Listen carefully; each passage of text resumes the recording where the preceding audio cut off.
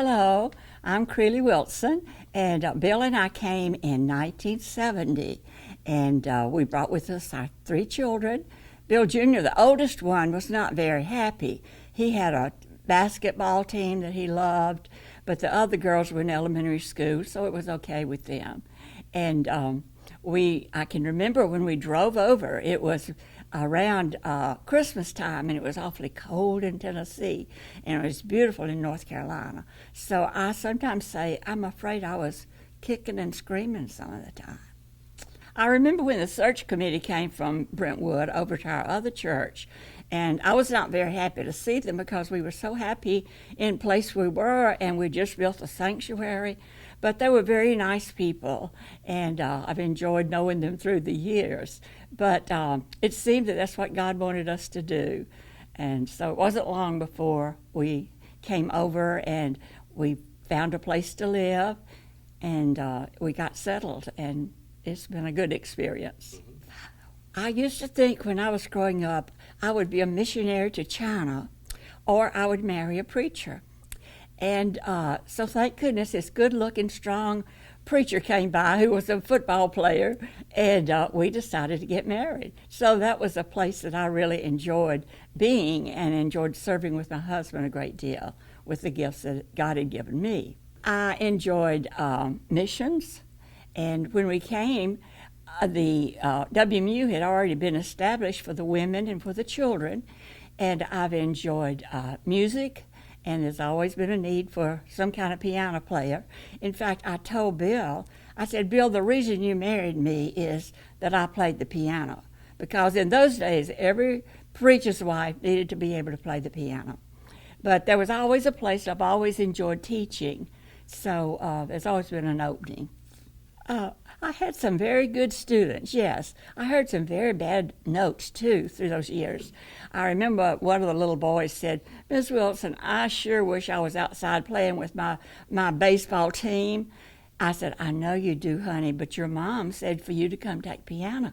So let's finish your lesson, and then you can go. So you have a lot of students like that, but I've had some really good students. Greg Nelson's son was such a treat, and he wanted to go into music, and he loved the drums, though. He didn't care much for the piano, but Greg was rather pleased that he learned to play some, yes. Well, I used to tell the children, and I still do remind them, I say, honey, you had a wonderful father, and he was the same at home as he was at church, and you had a good enough mother, so you should be well ready to take your part in this life.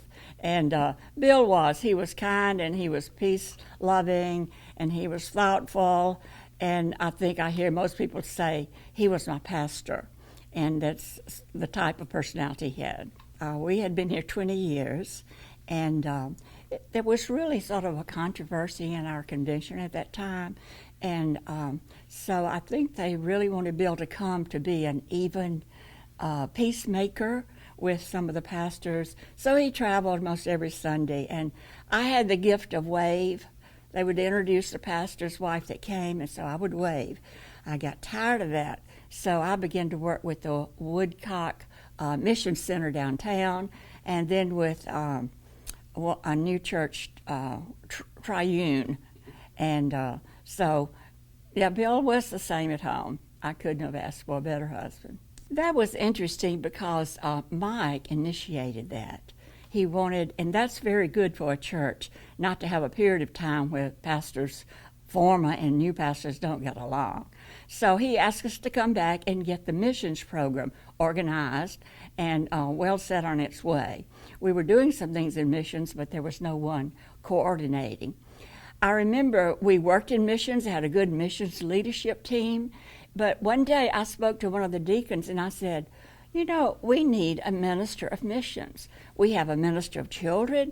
We have a minister of senior adults. We have a minister for all categories, but we need a minister of missions. He wasn't in favor of it, and he gave me some looks I still remember. But you know, we started praying, and God sent us Scott. I know, we went on many mission trips. I think it was 10 to 15, and Some were just Brentwood, but some was through the state convention. And it was always a joy and an interesting thing to be a part of a mission trip.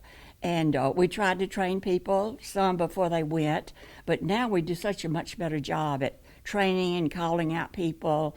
And so it's wonderful to see that it's grown, and it's just out of bounds today. We did. And people began to feel at home when you talked about missions, and they talked about we can go somewhere else. And when they were on the field, they were so kind and considerate to the people that we worked with. And we tried to make them feel glad that we came. And I usually served on the evangelism team, and the people would come waiting to see the eye clinic person, and we would sit down and talk to what it was to become a Christian. And then the result of it was on the weekend, we went to churches sometimes to see them baptized.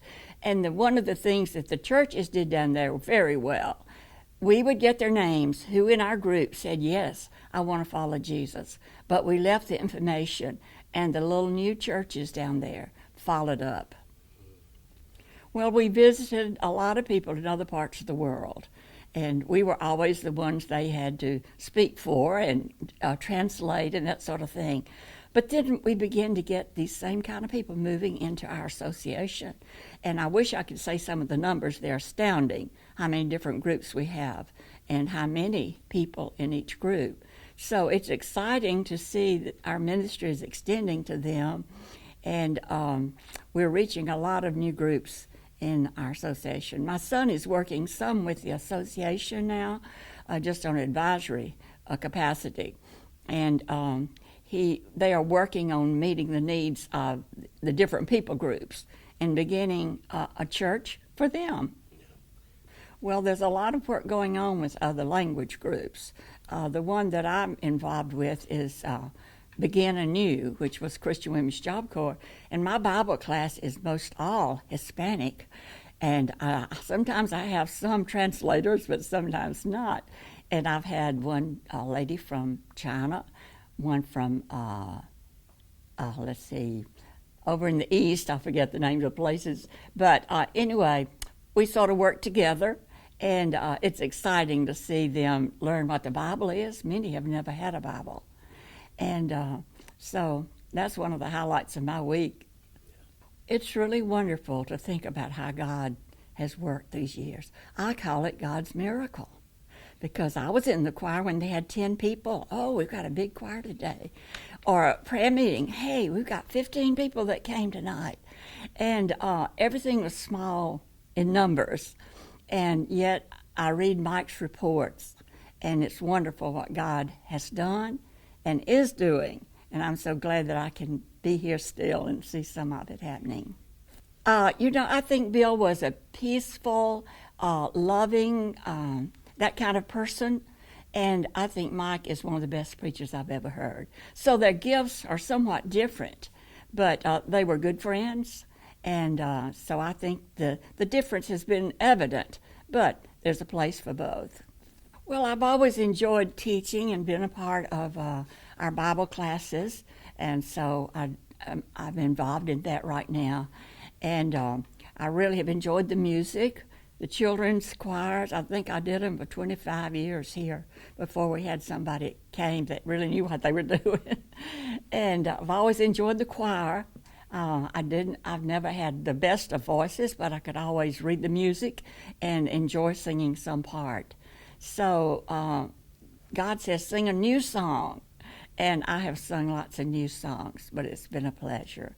And then the missions has been a great challenge, and I've grown in my knowledge of the world and love for people that are different from me. I think Mike's vision says, as we begin to establish other churches and help the weaker churches, that it's amazing how many kinds of people we're reaching right now. I listened to a man yesterday talking about helping our veterans, and I had to go up and tell him that we had a reboot group, and they do some of the best ministry. And so I'm just amazed, and I'm so thankful, and it's really amazing how faithful people are in their giving.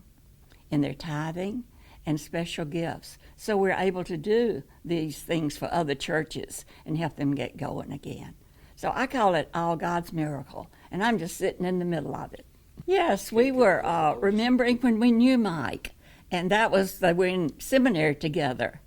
And I still remember when Bill brought, I think there were 3 of the young men, big, hefty young men, and they wanted a meal on their way down to see Alabama play. And then when Bill started talking about Mike, I said, that's one of the young men that was in our house, in our home, and had a meal with us. So we've always sort of felt in contact with Mike and like a second son. They did have meetings together, helping Mike understand what was going on and what had gone on.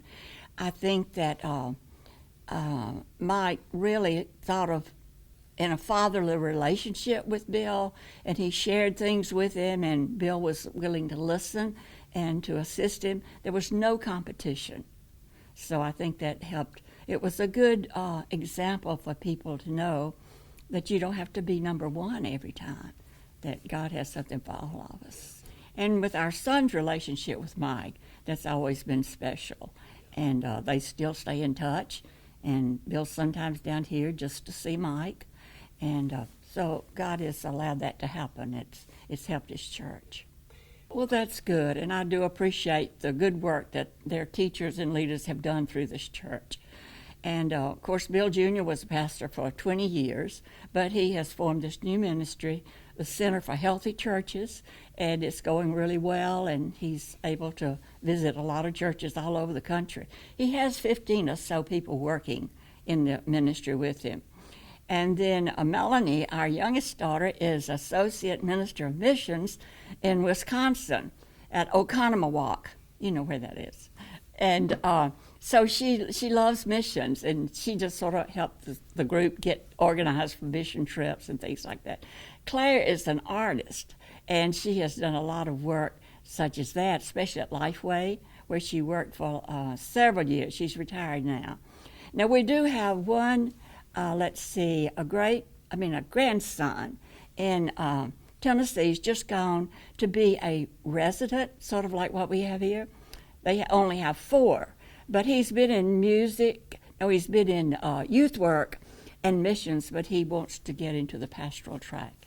And so we're really proud of him and look forward to his doing good work. So, well, I think our legacy has been that we have loved people when they've come to the sanctuary, and that we had a lot of visitation going on, and we used to do evangelism explosion, and you just knock on doors and go in and start talking, and that was a good experience for our church.